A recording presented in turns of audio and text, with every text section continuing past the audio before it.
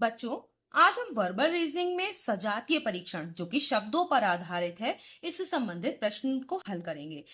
प्रश्न में आप देखिए कुछ शब्द दिए हुए होंगे, ठीक है, और 4 उत्तर विकल्प होंगे। तो इसमें से आपको वो विकल्प चुनना है जो कि इन जो ऊपर प्रश्न में जो शब्द दिए हैं इनसे मैच करता हो किसी भी तरीके से।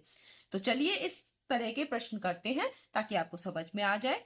पहला वाला लिखा हुआ है अप्रैल, जून, सितंबर। तो इन सबसे कौन सा मैच कर रहा है?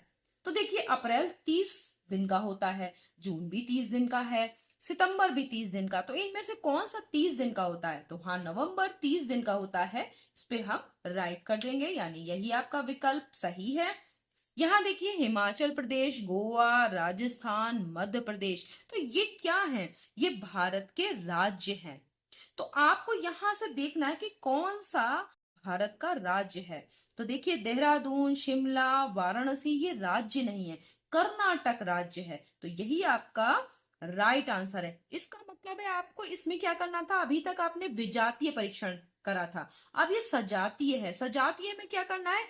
जैसे प्रश्न में जो शब्दों में संबंध है वैसा ही उत्तर में विकल्प में से चुनना है, वही संबंध इसमें भी होना चाहिए। तो देखिए यहाँ पर अगला प्याज, मूली, लहसुन, शलजम, इनमें जो संबंध है जैसे ये है वैसा ही इन चारों में कौन है? टमाटर, गाजर, बैगन, भिंडी।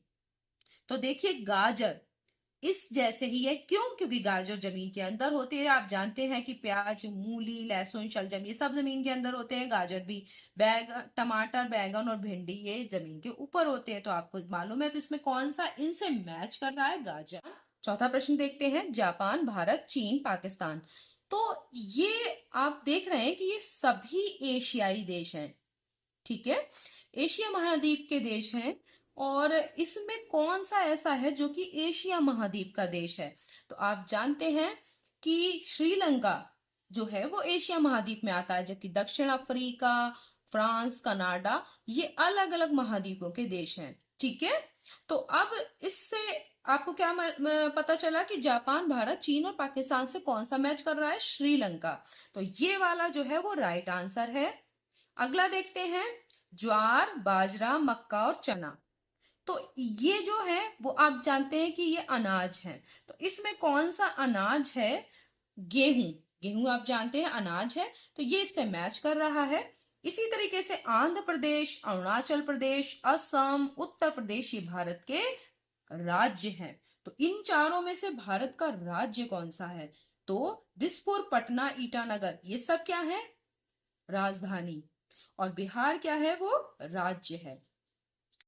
अब देखिए रायपुर, पणजी, गांधीनगर, पटना ये सब राजधानी है। तो आपको इसमें से राजधानी छांटनी है। तो यहाँ देखिए हरियाणा, छत्तीसगढ़, झारखंड ये सब क्या है? ये राज्य हैं। और रांची, रांची जो है वो राजधानी है। तो यहाँ पे ये आपका राइट आंसर हो गया, ठीक है।